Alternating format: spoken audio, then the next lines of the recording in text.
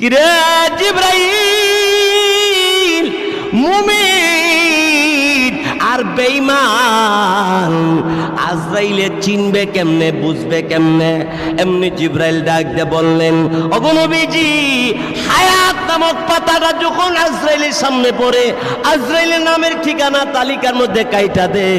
কাইটা দেওয়ার পরে এক এক করে যাইতে যাইতে 39 দিন পার হয়ে যাওয়ার পরে 40 দিনের দিনও ওই পুরুষ বা মহিলা যখন মারা যাবে, এই মারা যাওয়ার আগ মুহূর্তে ওই নামের তালিকার মধ্যে যদি লোকটা ইমানদার হয়, তার নামের চতুর্দিকে নূরের বাতি জলমল জলমল করে। হযরতে জিবরাইল আলাইহিস সালামকে আমার আপনার নবী রাহমাতুল আলামিন বললেন, তারপরে কি হইল রে জিবরাইল? জিবরাইল তখন ডাক দিয়ে বললেন, নবী গো,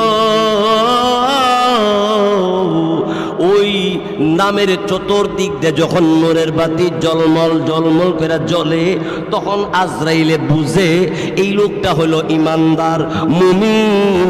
আল্লাহর নবীর ভালোবাসা, আল্লাহর জন্য ভালোবাসা, আল্লাহর হুকুম নবীর তরিকা মতো পালন করত তারা।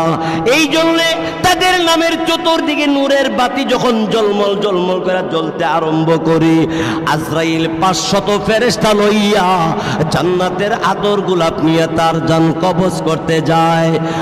আর বেঈমান যদি হয়, যদি বেঈমান হয়, তাহলে তার নামের চতুর্দিকে কালো বাতি জ্বলতে থাকে।